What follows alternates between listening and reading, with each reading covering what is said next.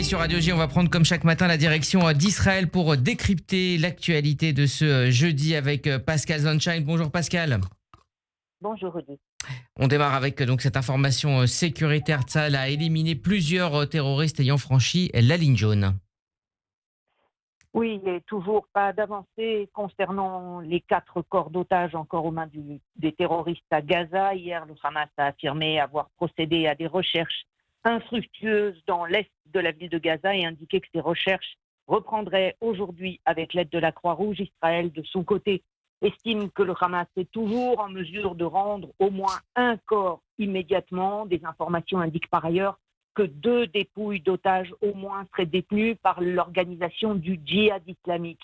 Pas de progrès non plus en ce qui concerne les poches terroristes à Rafah. Entre 100 et 200 terroristes seraient toujours bloqués dans des tunnels dans le sud de l'enclave, en zone sous contrôle de Tsahal, et refusent de se rendre. Les États-Unis continuent à faire pression sur Israël pour qu'il leur accorde un sauf-conduit si les terroristes acceptent de rendre les armes, afin d'élargir ce modèle à l'ensemble du territoire. Hier, Tsahal a donc encore abattu plusieurs terroristes armés qui s'approchaient des soldats le long de la ligne jaune.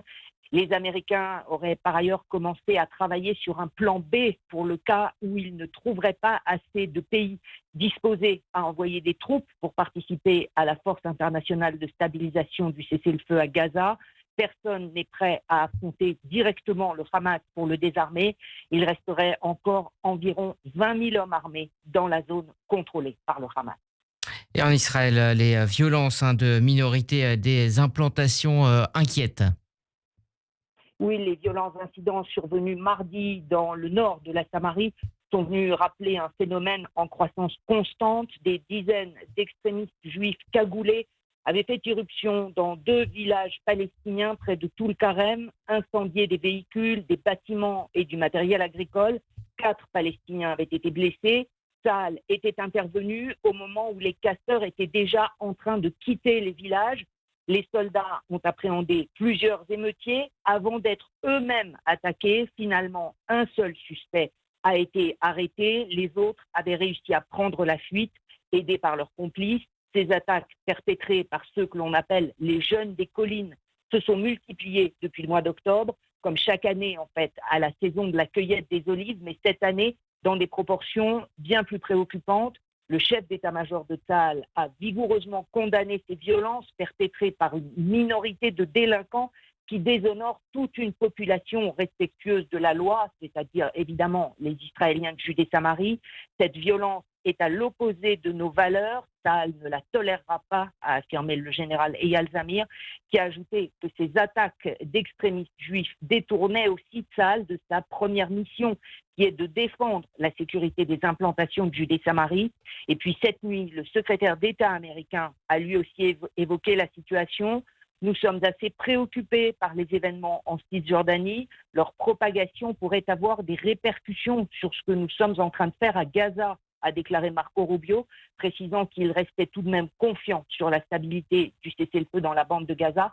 Et donc, on voit que ces événements dans les territoires de Judée-Samarie inquiètent maintenant aussi au niveau international. Il faut comprendre qu'il manque aussi de coordination entre les forces de sécurité israéliennes, c'est-à-dire Tsahal, la police et le Shin Bet qui opèrent en Judée-Samarie, principalement donc évidemment contre les tentatives terroristes palestiniennes du Hamas, mais qui se trouvent aussi maintenant obligés de traiter cette violence qui émane d'un groupe de quelques centaines à un millier d'extrémistes, essentiellement des jeunes en rupture sociale, rupture scolaire, qui d'ailleurs pour la plupart ne viennent pas de Judée-Samarie, mais du centre d'Israël. Mais il y a évidemment un manque de coordination, de politique. Il y a d'ailleurs un silence du côté des responsables politiques. Ces événements n'ont toujours pas été condamnés ni par le ministre de la Défense, ni par le chef du gouvernement israélien. Et il y a évidemment maintenant une nécessité d'agir de manière urgente, alors que on le voit, les arrestations de ces extrémistes restent extrêmement marginales. Donald Trump demande donc la grâce pour Benyamin Netanyahou, ce qui secoue la classe politique israélienne. Oui, Donald Trump continue sa campagne pour la fin du procès de Benjamin Netanyahou après l'avoir évoqué dans une interview et puis il y a un mois à la tribune de la Knesset. Hier, le président des États-Unis a donc adressé une lettre formelle au président de l'État d'Israël pour lui demander de gracier Benjamin Netanyahou, qui a été un formidable Premier ministre en temps de guerre et qui conduit maintenant Israël vers la paix, a écrit Donald Trump à Yitzhak Herzog, pour lui demander de mettre fin à un procès, selon lui, politique et injustifié. Le président israélien a accusé réception du courrier du chef de la Maison-Blanche et simplement indiqué qu'une demande de grâce devait être soumise par la personne concernée et selon une procédure précise.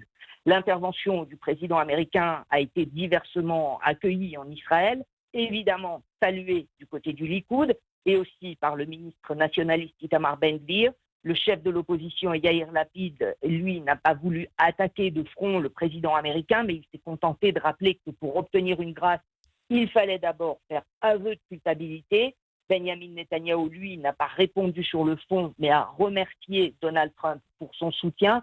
Il faut savoir qu'une demande de grâce auprès d'une présidente de l'État doit effectivement être effectuée par la personne concernée et après une décision de justice. Donc il faudrait que le procès en cours contre Benjamin Netanyahou parvienne à une décision ou bien que le parquet abandonne ses charges. Il y a aussi la possibilité d'un compromis judiciaire qui serait conclu entre Benjamin Netanyahou et le parquet et validé par le tribunal. Mais tout cela exigerait de la part de Benjamin Netanyahou un aveu de culpabilité, même sur des charges réduites, ce que jusqu'à présent le Premier ministre israélien refuse de faire puisqu'il clame son innocence et affirme qu'il veut en donner la preuve devant le tribunal. Mais cette campagne, évidemment, de Donald Trump le sert aussi auprès de son électorat sur le plan de la politique générale israélienne. Merci Pascal Zonshan, on vous retrouve à 7h26 dans cette matinale